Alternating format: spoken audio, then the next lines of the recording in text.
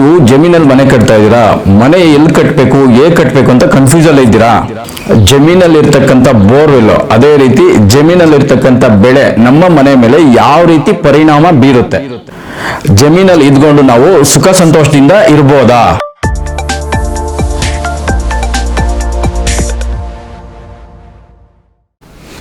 ನಮಸ್ಕಾರ ವೀಕ್ಷಕರೇ, ದೈವಾರಾಧನೆ ವಾಸ್ತು ಚಾನಲ್ಗೆ ಸ್ವಾಗತ. ಇವತ್ತು ಮತ್ತೊಂದು ವಿಷಯನ ತೊಗೊಂಡು ಬಂದಿದ್ದೀನಿ. ಏನಪ್ಪ ಅಂದರೆ, ತುಂಬ ಜನ ಹಳ್ಳಿಗಳಲ್ಲಿ ಈ ತಪ್ಪುಗಳನ್ನ ಮಾಡ್ತೀರಾ.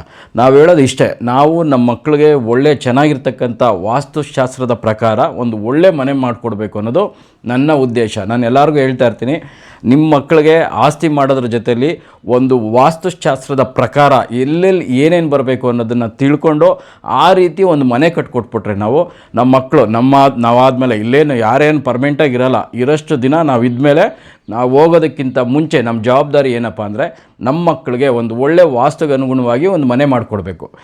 ಈ ಮನೆ ಮಾಡಿಕೊಡೋ ಅಂಥ ಬರದಲ್ಲಿ ತುಂಬ ಜನ ಎಡುತ್ತೀರ. ಏನಪ್ಪ ಅಂದರೆ, ಜಮೀನಲ್ಲಿ ಮನೆ ಕಟ್ಟೋದು, ತೋಟ ಮಾಡ್ತಾ ಇರ್ತೀರ ನೀವು, ಅಲ್ಲಿ ಮನೆ ಕಟ್ತೀರಾ. ಆ ಮನೆ ಕಟ್ಟಬೇಕಾದ್ರೆ ನೀವು ಯಾವ ರೀತಿ ತಪ್ಪುಗಳನ್ನ ಮಾಡ್ತೀರಾ? ಯಾಕೆಂದರೆ ನಾವು ನಮ್ಮ ಮಕ್ಕಳಿಗೆ ಒಳ್ಳೆಯದನ್ನು ಕೊಟ್ಟೋಗಬೇಕು. ನಾವೇ ನಮ್ಮ ಮಕ್ಕಳು ಕಾಲ ಮೇಲೆ ಕಲ್ಲು ಹಾಕ್ಬಿಟ್ಟು ಹೋಗಬಾರ್ದು. ಈ ವಿಡಿಯೋದಲ್ಲಿ ಜಮೀನಲ್ಲಿ ಮನೆ ಕಟ್ಟಿದ್ರೆ ಯಾವ್ಯಾವ ಥರ ಪ್ಲಸ್ ಪಾಯಿಂಟ್ ಇರುತ್ತೆ, ಯಾವ ಥರ ಮೈನಸ್ ಪಾಯಿಂಟ್ ಇರುತ್ತೆ. ನಾವು ಮನೆ ಕಟ್ಟೋಂಥ ಬದಲಿ ತುಂಬ ತಪ್ಪುಗಳನ್ನ ಮಾಡ್ತಾ ಇರ್ತೀರಿ. ಹಾಗಾಗಿ ಈ ವಿಡಿಯೋ ಯಾರ್ಯಾರು ಜಮೀನಲ್ಲಿ ಮನೆ ಕಟ್ತಾ ಇದ್ದೀರಾ, ಕಟ್ಟಬೇಕಂತಿದ್ದೀರಾ, ಕಟ್ಟಿರ್ತೀರಾ. ಯಾಕೆಂದರೆ ನಮ್ಮೂರಲ್ಲೇ ತುಂಬ ಜನ ಇದ್ದಾರೆ ಜಮೀನಲ್ಲಿ ಮನೆ ಕಟ್ಬಿಟ್ಟು ಅದರಿಂದ ಏನೇನು ಪ್ರಾಬ್ಲಮ್ ಆಗುತ್ತೆ ಅಂತ ನಾನು ಇವತ್ತು ನಿಮ್ಗೆ ತೋರಿಸ್ಕೊಡ್ತೀನಿ. ಈಗ ನಮ್ಮೂರಲ್ಲಾಗಿರ್ತಕ್ಕಂಥ ತಪ್ಪುಗಳು ಅಷ್ಟೇ, ಪ್ರತಿಯೊಂದು ಹಳ್ಳಿಗಳಲ್ಲೂ ಈ ತಪ್ಪುಗಳು ಮಾಡಿರ್ತೀರ.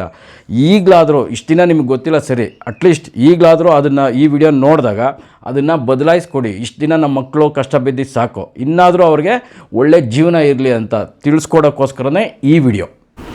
ಮೊದಲನೇದು ನೋಡಿ, ಜಮೀನಲ್ಲಿ ಮನೆ ಕಟ್ಟಬೇಕಾದ್ರೆ ನಾನು ಒಂದು ಅರ್ಧ ಎಕರೆ ಇರ್ಬೋದು, ಅಥವಾ 1 ಎಕರೆ ಇರ್ಬೋದು, 2 ಎಕರೆ ಇರ್ಬೋದು, 5 ಎಕರೆ ಇರ್ಬೋದು.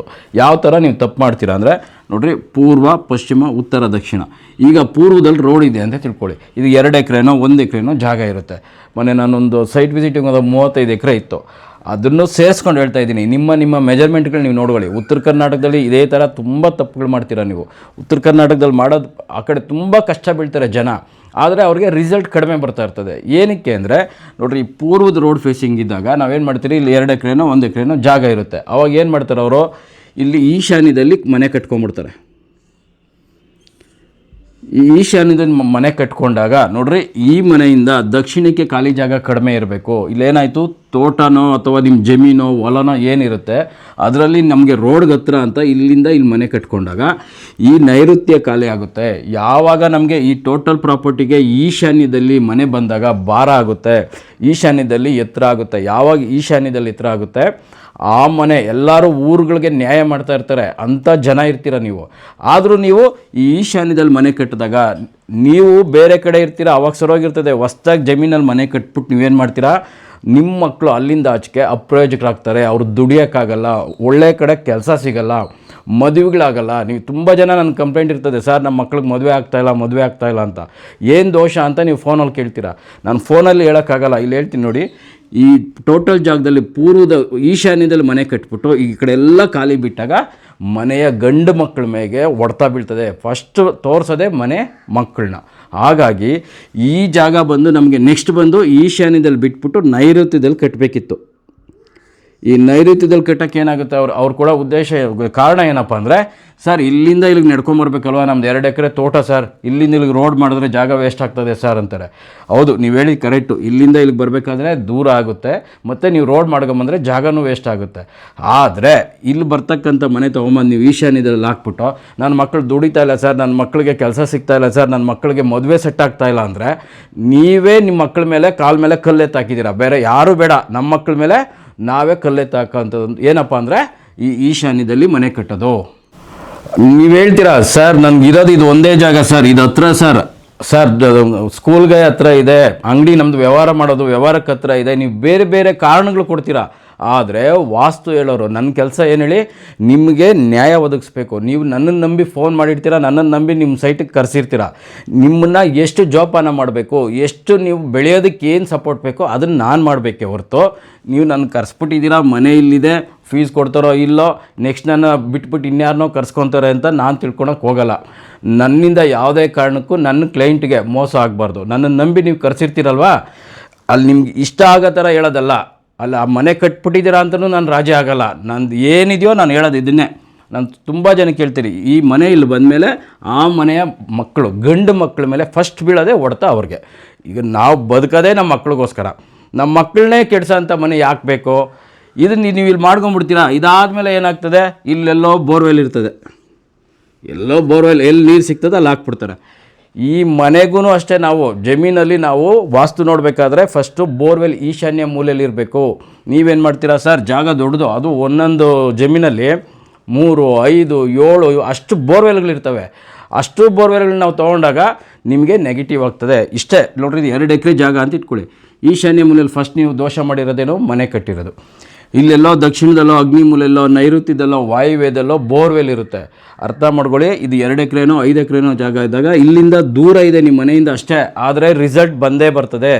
ಈಗ ನಾವು ಇಮ್ಮಿಡಿಯೇಟ್ಲಿ ಮನೆ ಪಕ್ಕದಲ್ಲೇ ಇದ್ದಾಗ ನಿಮಗೆ 3 ವರ್ಷದೊಳಗಡೆ ರಿಸಲ್ಟ್ ಬಂದ್ಬಿಡುತ್ತೆ. ದೂರ ಇದೆ ಅಂದರೆ ಕಾಯಬೇಕು ಒಂದು 5 ವರ್ಷ, ಆದರೆ ರಿಸಲ್ಟ್ ಬಂದೇ ಬರ್ತದೆ ನೆಗೆಟಿವ್. ಇದನ್ನು ಅರ್ಥ ಮಾಡ್ಕೊಳ್ಳಿ.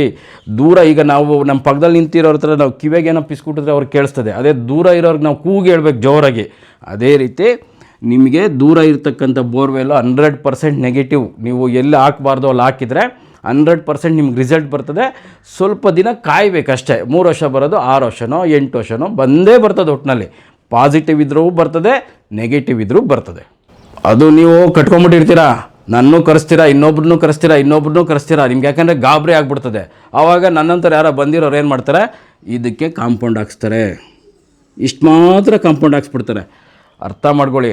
ನಮ್ಮ ಮನೆ ನನ್ನ ಮಗಳು ಅಂತ ಇಟ್ಕೊಳ್ಳಿ. ನನ್ನ ಮಗಳನ್ನ ನಾನು ಮದುವೆ ಮಾಡಿ ಕೊಟ್ಟ ಮೇಲೆ ಆ ಮನೆ ಸೊಸೆ ಅವರ ಮಿಸ್ಸಸ್ ಆಗಿರ್ತಾರೆ, ಆದ್ರೂ ಅದು ನನ್ನ ಮಗುನೇ. ಇದು ನಿಂಗೆ ಕಟ್ ಮಾಡಿದ್ಮೇಲೆ ನಮ್ಮದೇ ಜಾಗ. ಇದನ್ನ ಯಾಕೆ ಕಟ್ ಮಾಡಿ ಕಾಂಪೌಂಡ್ಗೆ ಏನಕ್ಕೆ ದುಡ್ಡು ವೇಸ್ಟ್ ಮಾಡ್ತೀರಾ? ದೊಡ್ಡ ಕಾಂಪೌಂಡ್ ಹಾಕ್ಸ್ಬಿಡ್ತೀನಿ ಸರ್, ಎತ್ತರವಾಗಿರೋದು ಹಾಕ್ಸ್ಬಿಡ್ತೀನಿ ಸರ್ ಅಂತಾರೆ. ಇನ್ನು ಕೆಲವರು ಇಲ್ಲಿ ರೋಡ್ ಮಾಡಿಸ್ಬಿಡ್ತೀನಿ ಸರ್ ಅಂತಾರೆ. ಅಪ್ಪನ ತಟ್ಟಾಗಿ ಎತ್ಕೊಂಡು ತಿಂದರು ಒಂದೇ, ಅಮ್ಮನ ತಟ್ಟಾಗಿ ಎತ್ಕೊಂಡು ತಿಂದರು ಒಂದೇ. ಸುಮ್ಮನೆ ಕಾಂಪೌಂಡ್ಗಳಿಗೆಲ್ಲ ನೀವು ದುಡ್ಡು ವೇಸ್ಟ್ ಮಾಡಬೇಡಿ. ಮಾಡಿರೋದು ತಪ್ಪು, ಫಸ್ಟ್ ಅದನ್ನು ಒಪ್ಕೊಂಡು ತಿದ್ಕೊಳ್ಳಿ. ಅದು ಬಿಟ್ಬಿಟ್ಟು ಯಾರ್ಯಾರನೋ ಕರ್ಸೋದಂತೆ, ಕಾಪರ್ ಹಾಕೋದಂತೆ, ಮತ್ತೊಂದು ಹೇಳ್ತಾರೆ. ಸರ್ ಯಾರೋ ಹೇಳಿದ್ರು ಸರ್, ಬೋರ್ವೆಲ್ಗೆ ಹಾಕ್ಬೇಕಂತೆ, ಕಾಪರ್ ಹಾಕ್ಬೇಕಂತೆ ಅಂತ. ಅವೆಲ್ಲ ಸುಳ್ಳು. ನಿಮ್ಮ ಹತ್ರ ನಾನು ದುಡ್ಡು ಮಾಡಬೇಕು ಅಂದರೆ ಏನೋ ನೀವು ಕರೆಸ್ಬಿಟ್ಟಿದ್ದೀರಾ, ಅದಕ್ಕೆ ಏನೋ ಹೇಳಬೇಕು ಅಂದ್ಬಿಟ್ಟು ಸುತ್ತು ಹಾಕಿ ಕಾಪರ್ ಹಾಕಿ ಅಂತ ಅರ್ಥ. ವಾಸ್ತು ಹೇಳೋದೇನೋ ಇಲ್ಲಿ ಭೂಮಿ ಡೌನ್ ಆಗಬಾರ್ದು ಅಂತ ಅಷ್ಟೇ. ನೀವು ಇದ್ಲು ಕಾಪರ್ ಹಾಕ್ತೀರಾ ಅಂತ ಇಟ್ಕೊಳ್ಳಿ, ಹಂಗೂ ನಿಮ್ಗೆ ಏನಾದರೂ ರಿಸಲ್ಟ್ ಬಂದರೆ 100ಗೆ 1% ಬರೋದು. ಇನ್ನು 99% ಯಾರಿಂದ ಭಗವಂತ ಮಾಡಿರೋ ರೂಲ್ಸು, ಭಗವಂತನೇ ಅದನ್ನು ಮುರಿಯೋಕ್ಕಾಗಲ್ಲ. ಸುಮ್ಮನೆ ಇದಕ್ಕೊಂದು ಕಾಪರ್ ಅಂತೆ, ಇದ್ಲಂತೆ, ಸಪ್ರೇಟ್ ಕಾಂಪೌಂಡ್ ಅಂತೆ, ಎತ್ತರವಾಗಿರೋ ಕಾಂಪೌಂಡ್ ಅಂತೆ, ದಪ್ಪ ಕಾಂಪೌಂಡ್, ಅವೆಲ್ಲ ಮಾಡಬೇಡಿ. ತಪ್ಪಾಗಿದೆ. ಫಸ್ಟ್ ಅದಕ್ಕೆ ಏನು ಮಾಡಬೇಕು ಅನ್ನೋದು ಯೋಚನೆ ಮಾಡಿ. ಇನ್ನು ಪಶ್ಚಿಮ ರೋಡ್ ಇರೋರು ನೋಡ್ರಿ, ಇಲ್ಲಿ ಪಶ್ಚಿಮದಲ್ಲಿ ರೋಡ್ ಇರುತ್ತೆ ಅಂತ ಇಟ್ಕೊಳ್ಳೋಣ. ಪಶ್ಚಿಮ ರೋಡ್ ಇರೋದು ಇಲ್ಲಿ ನೈಋತ್ಯದಲ್ಲಿ ಕಟ್ಕೊಂಡ್ಬಿಟ್ರು. ಇವ್ರದೊಂಥರ ಸೇಫ್ ಆಯಿತು. ಆದರೆ ಇವ್ರು ಏನು ಮಾಡ್ತಾರೆ ತಪ್ಪು, ಇಲ್ಲಿ ಪಕ್ಕದಲ್ಲೇ ಇಟ್ಕೊಂಡ್ಬಿಡ್ತಾರೆ ದಾರಿ. ಇಲ್ಲ ಟೋಟಲ್ ಈಗ ನಾನು ಮಾಡಿಸಿದ್ದೀನಿ. ಬೇಕಾದರೆ ನಿಮ್ಗೆ ಆ ಥರ ಡೌಟ್ ಇದ್ದರೆ ನಾನು ತೋಟದ ಮನೆಗಳು ಆಲ್ಟ್ರ್ ಮಾಡಿಸಿದ್ದೀನಿ, ಮತ್ತು ಅದನ್ನು ಅನುಭವಿಸ್ತಾ ಇರೋದನ್ನು ನಾನು ನಿಮ್ಗೆ ತೋರಿಸ್ತೀನಿ. ನಿಮ್ಮ ಹಳ್ಳಿಗಳಲ್ಲೂ ಇರ್ತಾರೆ, ನಿಮ್ಮ ಊರುಗಳಲ್ಲೂ ಇರ್ತಾರೆ. ನೀವು ಅಬ್ಸರ್ವ್ ಮಾಡ್ಕೊಳ್ಳಿ. ಅವ್ರ ತಂದೆ ಅವ್ರ ತಾತ ತುಂಬ ಚೆನ್ನಾಗಿ ಬದುಕಿರ್ತಾರೆ, ಚೇರ್ಮನ್ಗಿರಿ ಮಾಡಿರ್ತಾರೆ, 4-6 ಜನಕ್ಕೆ ನ್ಯಾಯ ಮಾಡ್ತಾ ಇರ್ತಾರೆ. ಅವ್ರ ಮಕ್ಕಳು ಮೊಮ್ಮಕ್ಕಳು ಇವತ್ತು ಏನಕ್ಕೂ ಕೆಲಸಕ್ಕೆ ಬರೋಲ್ಲ. ಉತ್ತಮರ ಮಕ್ಕಳೇ ತುಂಬ ಕೆಟ್ಟೋಗ್ತಾ ಇರೋದು. ಏನಕ್ಕೆ ಅಂದರೆ ನಾವು ಫಸ್ಟು ಜಮೀನುಗಳು ದೊಡ್ಡದಾಗಿರ್ತದೆ, ಅಲ್ಲಿ ಮನೆ ಕಟ್ಕೊಂಡ್ಬಿಡ್ತೀರಿ. ನೋಡಿ, ನೈಋತ್ಯ ಮೂಲೆಯಲ್ಲಿ ಎಂಟ್ರಿ ಇತ್ತು, ನಾನು ಅದನ್ನು ಚೇಂಜ್ ಮಾಡಿಸಿ ವಾಯುವ್ಯದಲ್ಲಿ ಹಿಂಗೆ ತೊಗೊಂಡು ಈ ಥರ ನಾನು ಮಾಡಿಸಿದ್ದೀನಿ ರಸ್ತೆ. ನಿಮ್ಗೆ ಡೌಟ್ ಇದ್ದರೆ ಬನ್ನಿ, ನಾನು ತೋರಿಸ್ತೀನಿ. ಅವ್ರಿಗೆ ಯಾವ ಥರ ರಿಸಲ್ಟ್ ಬಂದಿದೆ, 6 ತಿಂಗಳಲ್ಲಿ ರಿಸಲ್ಟ್ ಯಾವ ಥರ ಬಂದಿದೆ ಅಂತಲೂ ನಾನು ತೋರಿಸ್ತೀನಿ. ಫಸ್ಟ್ ನಿಮಗೆ ಜಮೀನನ್ನು ಮನೆ ಕಟ್ಟಬೇಕಾದ್ರೆ ಇದನ್ನೆಲ್ಲ ಅಬ್ಸರ್ವ್ ಮಾಡಿ. ಇದಾದಮೇಲೆ ನೋಡಿರಿ, ನೈಋತ್ಯದಲ್ಲಿ ಮನೆ ಕಟ್ಟಿದ್ರಿ ಅಂತ ಇಟ್ಕೊಳ್ಳಿ. ಇಲ್ಲೆಲ್ಲ ತೆಂಗಿನ ಮರಗಳು, ಅಡಿಕೆ ಮರಗಳು, ಇನ್ನೊಂದು ಮತ್ತೊಂದು ಮಾಡ್ಕೊಂಡು ಹೋಗ್ಬಿಡ್ತೀರಾ. ಯಾಕೆಂದರೆ ಅದು ಜಮೀನು. ಇಷ್ಟೇ ಅರ್ಥ ಮಾಡ್ಕೊಳ್ಳಿ. ನೀವು ಜಮೀನಲ್ಲಿ ಮನೆ ಕಟ್ಟಿದ್ರೆ ಅಲ್ಲಿ ಚಿಲ್ಲರೆ ಬೆಳೆ ಇಕ್ಕಬೇಕು. 4 ಅಡಿಗಿಂತ ಎತ್ತರವಾಗಿರ್ತಕ್ಕಂಥ ಯಾವುದೇ ಮರ ಇರಬಾರ್ದು. ಅದು 2 ಎಕರೆ ಇರ್ಬೋದು, 5 ಎಕರೆ, ಅದು 10 ಎಕರೆ ಇರ್ಬೋದು, ಎಷ್ಟಾದರೂ ಇರಲಿ, ಅದು ನಿಮಗೆ ಸೇರಿದ್ದು. ಚಿಲ್ಲರೆ ಬೆಳೆ ಅಂದರೆ ನಾವೇನು ಮಾಡ್ತೀರಿ, ಟೆಂಪ್ರವರಿ. ಈಗ ನಾವು ಒಂದು ಭತ್ತ ಬೆಳಿತೀರಿ ಅಂತ ಇಟ್ಕೊಳ್ಳಿ, ಅದು ಎಷ್ಟು ಬೆಳೀತದೆ, 3-3.5 ಅಡಿ ಎತ್ತರ ಬೆಳೀತದೆ. ರೇಷ್ಮೆನೂ ಅಷ್ಟೇ. ಟೊಮೊಟೊ ಬೆಳಿತೀರಾ, ಚಿಲ್ಲರೆ ಬೆಳೆ ಏನಾದರೂ ಬೆಳ್ಕೊಳ್ಳಿ, ಎತ್ತರ ಆಗಲ್ಲ. ಈಗ ಬಾಳೆ ಬೆಳೆ ಬೆಳಿತೀರಾ ಅಂತ ಇಟ್ಕೊಳ್ಳಿ, 1 ವರ್ಷನೋ 2 ವರ್ಷನೋ ಬೆಳೆ ಇರುತ್ತೆ, ಆಮೇಲೆ ಅದನ್ನು ಕಟ್ ಮಾಡ್ತೀರಿ. ಆದರೆ ಅಡಿಕೆ ಮರ, ತೆಂಗಿನ ಮರ, ಇನ್ನೂ ಬೇರೆ ಬೇರೆ ಬೆಳೆಗಳನ್ನ ನೀವು ಬೆಳೆದಾಗ ಏನಾಗ್ತದೆ, ಪೂರ್ವ ಮತ್ತು ಉತ್ತರ ಎತ್ತರ ಆಗುತ್ತೆ. ಆವಾಗ ನಮಗೆ ದೋಷ ಆಗುತ್ತೆ. ಇಲ್ಲಿ ಇನ್ನೊಂದು ಏನಾಗುತ್ತೆ ಅಂದರೆ, ನಾವು ಆ ಥರ ಏನಾದರೂ ಬೆಳೆ ಇಟ್ಟಾಗ ಆ ಬೆಳೆ, ಇವಾಗ ಅಡಿಕೆ ಮರ ಅಂತ ಇಟ್ಕೊಳ್ಳೋಣ, ಇಮ್ಮಿಡಿಯೇಟ್ಲಿ ದೊಡ್ಡದಾಗಲ್ಲ, ಅದಕ್ಕೆ ಟೈಮ್ ತೊಗೊಳುತ್ತೆ. ಆವಾಗ ಇದು ಹೆಂಗೆ ಬೆಳೀತಾ ಇರುತ್ತೆ, ಇದನ್ನ ಹಂಗೆ ತುಳಿತಾ ಇರುತ್ತೆ ಮನೇನ. ನಮ್ಗೆ ಯಾರಾದರೂ ಒಂದೇಟು ಹೊಡೆದ್ರೆ ಎಚ್ಚೆತ್ಕೊಂಡ್ಬಿಡ್ತೀರಿ. ಈ ಬೆಳೆ ಬೆಳೆಯೋದು ಹೆಂಗೆ ಹೇಳ್ರಿ, ನಿಧಾನದಾಗ ಹೈಟ್ ಆಗ್ತಾ ಇರ್ತವೆ ಮರಗಳು, ನಾವು ನಿಧಾನದಾಗ ಕೆಳಗೆ ಕಿಳಿತಾ ಇರ್ತೀರಿ. ಆವಾಗ ನಮಗೆ ಗೊತ್ತಾಗಲ್ಲ, ಒಂದೇ ಸರಿ ದಡಕ್ಕೆ ಕೆಳಗಡೆ ಬಿದ್ದರೆ ಎಚ್ಚೆತ್ಕೊಂಡ್ಬಿಡ್ತೀರಿ. ಅದು ನಮಗೆ ಹೊಂದಾಣಿಕೆ ಆಗ್ಬಿಟ್ಟಿರ್ತದೆ, ರೂಢಿ ಆಗ್ಬಿಟ್ಟಿರ್ತದೆ, ನಮ್ಗೆ ಗಮನಕ್ಕೆ ಬರಲ್ಲ. ಅಡಿಕೆ ಮರ, ತೆಂಗಿನ ಮರ ಎತ್ತರ ಬೆಳೆದಂಗೆಲ್ಲ ನಾವು ಕೆಳಗೆ ಬರ್ತಾ ಇರ್ತೀರಲ್ಲ, ನಮ್ಗೆ ಗಮನಿಸೋದೇ ಇಲ್ಲ. ಯಾಕಂದರೆ ಅದೊಂಥರ ಸ್ಲೋ ಪಾಯ್ಸನ್, ಒಂದೇ ಸರಿ ಕೆಳಗೆ ಬರಲ್ಲ. ಇದು ಬೆಳೆದಂಗೆಲ್ಲ ನಾವು ಕೆಳಗೆ ಬರ್ತಾ ಇರ್ತೀರಿ. ಇದನ್ನು ಗಮನದಲ್ಲಿ ಇಟ್ಕೊಳ್ಳಿ. ನೆಕ್ಸ್ಟು, ನೀವು ಈ ಜಾಗದಲ್ಲಿ ಇದ್ದೀರಿ ಅಂತ ಇಟ್ಕೊಳ್ಳಿ, ಇಲ್ಲೆಲ್ಲೋ ಪಕ್ಕದ ಇನ್ನೊಂದು ಜಾಗ ಇರುತ್ತೆ, ಅದಾದಮೇಲೆ ನಿಮ್ದು ಇನ್ನೊಂದು ಜಾಗ ಇರುತ್ತೆ. ಅಲ್ಲಿಂದ ಬೋರ್ವೆಲ್ ತೊಗೊಂಡು ಇಲ್ಲಿಂದ ಇಲ್ಲಿಗೆ ಲೈನ್ ತೊಗೊಂಬಂದ್ರಿ ಅಂತ ಇಟ್ಕೊಳ್ಳಿ, ಇಲ್ಲಿ ಬೆಳೆ ಚೆನ್ನಾಗಿ ಬರಲ್ಲ. ಏನಕ್ಕೆ ಅಂದರೆ ದಕ್ಷಿಣದಲ್ಲಿ ಡೌನ್ ಆಗುತ್ತೆ. ಇದು ಅಟ್ಯಾಚ್ ಇಲ್ಲ, ಇನ್ನೊಂದು ತುಂಡ ಸರಿ ಇರೋದು ನಮ್ಮ ಪಕ್ಕದ ಜಮೀನು ಬಿಟ್ಟು ಅದ್ರ ಪಕ್ಕದ ಜಮೀನು ಅಂತ ಹೇಳ್ತಾರೆ. ಅದು ಸ್ವಂತ ಇರ್ಬೋದು ಅಥವಾ ಲೀಸ್ಗಾರು ತೊಗೊಳ್ಳಿ. ಇಲ್ಲಿಂದ ದಕ್ಷಿಣದಿಂದ ಪಶ್ಚಿಮದಿಂದ ತೊಗೊಂಡು ಬಂದು ನಾವು ಇಲ್ಲಿ ಬೆಳೆ ಮಾಡಿದ್ರೆ ಇಲ್ಲಿ ಫಸ್ಟ್ ಬೆಳೆ ಚೆನ್ನಾಗಿ ಬರಲ್ಲ. ಮನೆಯೇ ಅಂತಲ್ಲ, ಬೆಳೆ ಮೇಲೂ ಎಫೆಕ್ಟ್ ಆಗ್ತದೆ. ಹಂಗೂ ಬೆಳೆ ಬಂದ್ಬಿಡ್ತು ಅಂದರೆ ನಿಮಗೆ ರೇಟೇ ಸಿಕ್ಕಲ್ಲ. ತುಂಬ ಜನ ಲಾಸ್ ಆಗ್ತಾ ಇರೋದು ಏನಂದರೆ, ಎಲ್ಲಂದ್ರೆ ಅಲ್ಲಿ ಬೋರ್ಗಳು ಹಾಕೊಂಡ್ಬಿಡ್ತೀರ ನೀವು. ಬೆಳೆಗೂ ಅಷ್ಟೇ, ನಮಗೆ ಈಶಾನ್ಯ ಮೂಲೆಯಲ್ಲೇ ನಮಗೆ ನೀರಿರಬೇಕು. ಮತ್ತು ಇದಾದಮೇಲೆ ಮೊನ್ನೆ ನನ್ನ ಸೈಟ್ ವಿಸಿಟಿಂಗ್ ಹೋಗಿದೆ. ಅದು ಏನಪ್ಪ ಅಂದರೆ, ಒಂದು 10 ಕುಂಟೆ ಜಾಗ, 10 ಅಂದರೆ 1/4 ಎಕರೆ, 10 ಕುಂಟೆ ಜಾಗದಲ್ಲಿ ಅವರು ಹೊಸ್ದಾಗಿ ಜಾಗ ತೊಗೊಂಡು ಮನೆ ಕಟ್ಟಿದ್ರು. ಅವ್ರು ತುಂಬ ಅನುಕೂಲಸ್ಥರು. ಒಂದು 3.5 ಕೋಟಿ ರೂಪಾಯಿ ಮೇಲೆ ಆಯಿತು ಮನೆ ಕಟ್ಕೊಂಡ್ರು. 3 ವರ್ಷ ಆಗಿದೆ ಅವ್ರು ಮನೆ ಕಟ್ಕೊಂಡು. ಈಗ ಅವ್ರಿಗೆ ಯಾವ ಥರ ಸಮಸ್ಯೆ ಬಂದಿದೆ ಅಂದರೆ ನೋಡ್ರಿ, ಪೂರ್ವ, ಪಶ್ಚಿಮ, ಉತ್ತರ, ಇದು ದಕ್ಷಿಣ ಇದೆಯಲ್ಲ, ಇದು ಪಶ್ಚಿಮದ ರಸ್ತೆ ಇದೆ. ಇಲ್ಲಿ 3.5 ಕೋಟಿ ರೂಪಾಯಿ ಕೊಟ್ಬಿಟ್ಟು ಮನೆ ಕಟ್ಕೊಂಡ್ಬಿಟ್ರು. ತುಂಬ ಚೆನ್ನಾಗಿತ್ತು, ತುಂಬ ಜೀವನವೂ ಚೆನ್ನಾಗಿತ್ತು. ಈಗ ಇದು ಮನೆ ಕಟ್ಕೊಂಡ್ರು. ಇಲ್ಲಿ ಏನಾಗುತ್ತೆ, ಜಮೀನಲ್ಲಿ ಮನೆ ಕಟ್ಟಿದ್ರೆ ಇದು ಒಂದು ಪ್ರಾಬ್ಲಮ್ ಸ್ಟಾರ್ಟ್ ಆಗುತ್ತೆ. ನಾನು ಯಾರಾದರೂ ಜಮೀನಲ್ಲಿ ಮನೆ ಕಟ್ತೀನಿ ಅಂದರೆ ನಾನು ಹೇಳ್ತೀನಿ, 4 ಸರಿ ಯೋಚನೆ ಮಾಡಿ, ನನ್ನ ಪಾಯಿಂಟ್ಗಳನ್ನೆಲ್ಲ ನೀವು ತೊಗೊಳ್ಳಿ, ಯೋಚನೆ ಮಾಡಿ ಆಮೇಲೆ ಮನೆ ಕಟ್ಕೊಳ್ಳಿ ಅಂತ. ಇವಾಗ ಇದು 10 ಕುಂಟೆ ಜಾಗ ಇದೆಯಲ್ಲ, ಇಲ್ಲಿ ಇನ್ಯಾರ್ದೋ ಜಾಗ ಇದೆ. ಅವ್ರೇನು ಮಾಡಿದ್ರು, ಇಲ್ಲೊಂದು ಮನೆ ಇದೆ ಅವ್ರದ್ದು, ಅಂದರೆ ಬೇರೆಯವ್ರದ್ದು ಒಂದು ಮನೆ ಇದೆ. ಈ ಮನೆಯ ನೈಋತ್ಯ ಮೂಲೆಗೆ ಒಂದು ಮನೆ ಇದೆ. ಇವಾಗ ಏನಾಯಿತು, ಇವರು ಒಂದು ರಸ್ತೆ ಮಾಡ್ಕೊಂಬಿಟ್ರು ಇಲ್ಲಿಂದ ಇಲ್ಲಿಗೆ, ನೈಋತ್ಯ ಮೂಲೆ ನೋಡಿ. ಇವ್ರಿಗೆ ದೇವಮೂಲೆ ಮಾಡ್ಕೊಂಡ್ರು. ಈ ಮನೆಗೆ ದೇವಮೂಲೆಗೂ ಒಂದು ರೋಡ್ ಬಂತು. ಈ ರೋಡ್ ಏನು ಮಾಡ್ತು, ಈ ಮನೆಗೆ ನೈಋತ್ಯ ಮೂಲೆಗೆ ಕುತ್ತು ಬಂತು. 3.5 ವರ್ಷ ಆಯಿತು ಕಟ್ಕೊಂಡಲ್ವಾ, ತುಂಬ ಚೆನ್ನಾಗಿದ್ರು. ಯಾವಾಗ ಇವರು ವೈಟ್ ಟ್ಯಾಪಿಂಗ್ ಆಗೋಯ್ತು ರೋಡ್, ಇದು ಪಂಚಾಯತಿಯಿಂದ ಮಾಡಿಸ್ಕೊಟ್ಬಿಟ್ರು ರೋಡು. ಈ ರೋಡು ಇವ್ರಿಗೆ ಈಶಾನ್ಯಕ್ಕೆ ಬಂತು, ಈ ಮನೆಗೆ ಅದೇ ರೋಡ್ ಕುತ್ತು ಬಂದು ಈ ಮನೆಗೆ ನೈಋತ್ಯ ಬಂತು. 1 ವರ್ಷದಿಂದ ಅಲ್ಲಿಗೆ ನೆಗೆಟಿವ್ ಆಗೋಯ್ತು. ನೀವು ನನ್ನನ್ನು ಇಟ್ಕೊಂಡು ಮನೆ ಕಟ್ಕೊಂಡ್ರು 100% ನಿಮ್ಮ ಮನೆ ವಾಸ್ತುಕ್ಕಿದ್ರು. ಈ ಖಾಲಿ ಜಾಗ ಇದ್ದಾಗ ದಕ್ಷಿಣ ನೈಋತ್ಯ, ಪೂರ್ವ ಆಗ್ನೇಯ, ಉತ್ತರ ವಾಯುವ್ಯದೆಲ್ಲ ಏನಾದರೂ ರೋಡ್ ಕುತ್ತು ಬಂತೋ ಅಲ್ಲಿಗೆ ಈ ಮನೆ ಫೈಲೂರ್ ಆಗೋಯ್ತು. ಸರ್ ನೀವೇ ಅಲ್ವಾ ಕಟ್ಕೊಟ್ಟಿದ್ದು, ನಾನೇ ಕಟ್ಕೊಟ್ಟಿದ್ದು. ಆದರೆ ಸುತ್ತು ಖಾಲಿ ಜಾಗ ಇದ್ದಾಗ ನಮಗೆ ಭಯ ಆಗ್ತಾ ಇರ್ತದೆ, ಅರ್ಥ ಮಾಡ್ಕೊಳ್ಳಿ. ಇದೇ ಕಾರಣಕ್ಕೋಸ್ಕರನೇ ನಾವು ಜಮೀನುಗಳಲ್ಲಿ ಮನೆ ಕಟ್ಟಬೇಡಿ ಅಂತ ಹೇಳೋದು. ಯಾವಾಗ ಇದು ಖಾಲಿ ಇರ್ತದೋ ಹೇಳ್ತೀನಿ, ಒಂದು ಅರ್ಥ ಮಾಡ್ಕೊಳ್ಳಿ. ಕತ್ತಿ ಹಿಡ್ಕೊಂಡು ಬರೋರ ಹತ್ರ ಓಡಾಡ್ಬೋದು, ಕತ್ಲಾಗಿ ಬರೋರ ಹತ್ರ ನಾವು ಓಡಾಡೋಕ್ಕಾಗಲ್ಲ. ಹಾಗಾಗಿನೇ ನಾವು ಜಮೀನಲ್ಲಿ ಮನೆ ಕಟ್ಟಬೇಡಿ. ಯಾಕೆಂದರೆ ಸುತ್ತು ಖಾಲಿ ಇರ್ತದೆ. ನಾಳೆ ದಿನ ಯಾರು ಎಲ್ಲಿ ಲೇಔಟ್ ಮಾಡ್ತಾರೋ ಗೊತ್ತಿಲ್ಲ, ಅವ್ರ ಮನೆಗೆ ಎಲ್ಲಿ ರೋಡ್ಗಳು ಇಟ್ಕೊಂಡ್ಬಿಡ್ತಾರೆ ಗೊತ್ತಿಲ್ಲ.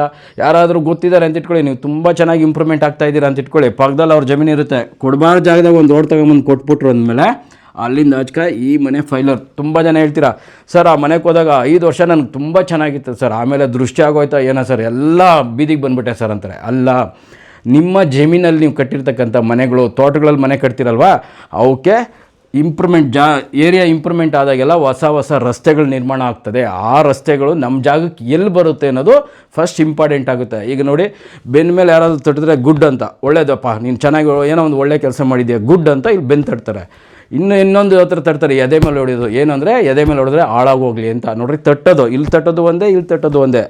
ಎಲ್ಲಿ ತಟ್ತಾರೆ ಅನ್ನೋದ್ರ ಮೇಲೆ ಅದು ಒಳ್ಳೇದ ಕೆಟ್ಟದ ಅನ್ನೋದನ್ನ ಡಿಸೈಡ್ ಆಗ್ತದೆ. ಅದೇ ರೀತಿ ನಮಗೆ ರೋಡ್ಗಳು ಎಲ್ಲಿ ಬರ್ತದೆ ಅನ್ನೋದ್ರ ಮೇಲೆ ಡಿಪೆಂಡ್ ಆಗ್ತದೆ. ಇದು ಕಾರಣಕ್ಕೋಸ್ಕರನೇ ನಾನು ಜಮೀನಲ್ಲಿ ಮನೆ ಕಟ್ಟಬೇಡಿ. ನಾನು ಬಲವಾದ ವಾದ ಏನಪ್ಪ ಅಂದರೆ, ನೀವು ಒಂದು ಲೇಔಟಲ್ಲಿ ಮನೆ ಕಟ್ತೀರಾ, ಕಟ್ಟಿ ಏನು ಆವಾಗ ಒಂದು ಕಡೆ ರೋಡ್ ಇರ್ತದೆ, ಇನ್ನು 3 ಕಡೆ ಸೈಟ್ ಇರ್ತದೆ, ಅಪ್ರೂವಲ್ ಆಗಿರ್ತದೆ, ಯಾವುದೇ ಕಾರಣಕ್ಕೂ ಅದು ಚೇಂಜ್ ಮಾಡೋಕ್ಕಾಗಲ್ಲ ಅವರು.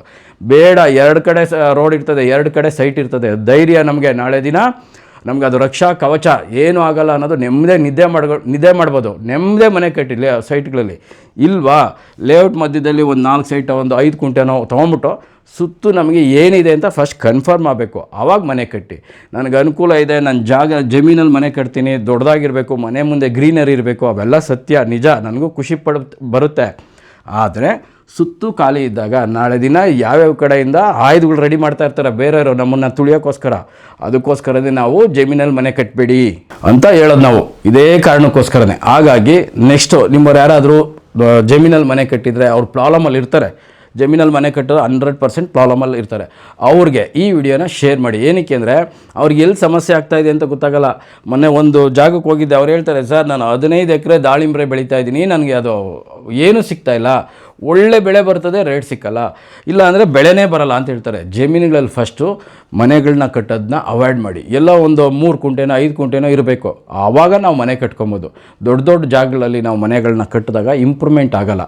ನಿಮ್ಮವರೆಲ್ಲ ತುಂಬ ಜನ ತೋಟಗಳಲ್ಲಿ ಮನೆ ಕಟ್ಟಿರ್ತಾರೆ, ಅವ್ರು ಕಷ್ಟ ಬೀಳ್ತಾ ಇರ್ತಾರೆ, ಅವ್ರಿಗೆ ಈ ವಿಡಿಯೋನ ಕಳಿಸಿ, ಅಟ್ಲೀಸ್ಟ್ ಅವ್ರಿಗೆ ಅರ್ಥ ಆದರೆ ಬೇರೆ ಕಡೆ ಮನೆ ಕಟ್ಕೊಳ್ಳಿ, ಜಮೀನಿಂದ ಆಚೆ ಬಂದು ಮನೆ ಕಟ್ಕೊಳ್ಳಿ ಅಂತ ಹೇಳ್ತಾ, ಯಾರಾದರೂ ನಿಮ್ಮ ರಿಲೇಟಿವು ಫ್ರೆಂಡ್ಸು ಮನೆ ಕಟ್ಟಬೇಕಾದ್ರೆ ವಿಡಿಯೋನ ಶೇರ್ ಮಾಡಿ. ಏನಕ್ಕೆ ಅಂದರೆ ಅವ್ರಿಗೂ ಅರ್ಥ ಆಗುತ್ತೆ, ಹೌದಲ್ವಾ, ನಾವು ಈ ತಪ್ಪು ಮಾಡ್ತಾಯಿದ್ರಿ, ನಮಗೆ ತೋಟದಲ್ಲಿ ಚೆನ್ನಾಗಿರಬೇಕು ಅಂತ ಮನೆ ಕಟ್ಕೊತಾ ಇದ್ರಿ, ಬೇಡಪ್ಪ ಅಟ್ಲೀಸ್ಟ್ ನಾವು ಊರಲ್ಲೇ ಮನೆ ಕಟ್ಕೊಳ್ಳೋಣ ಅನ್ನೋದು ಅವ್ರ ಗಮನಕ್ಕೆ ಬರುತ್ತೆ ಅಂತ ಹೇಳ್ತಾ, ನಿಮಗೇನಾದರೂ ಸೈಟ್ ವಿಸಿಟಿಂಗ್ ಬೇಕಾದರೆ ಫೋನ್ ಮಾಡಿ, ನಾನು ಬಂದು ಸೈಟ್ ವಿಸಿಟಿಂಗ್ ಮಾಡಿಕೊಡ್ತೀನಿ.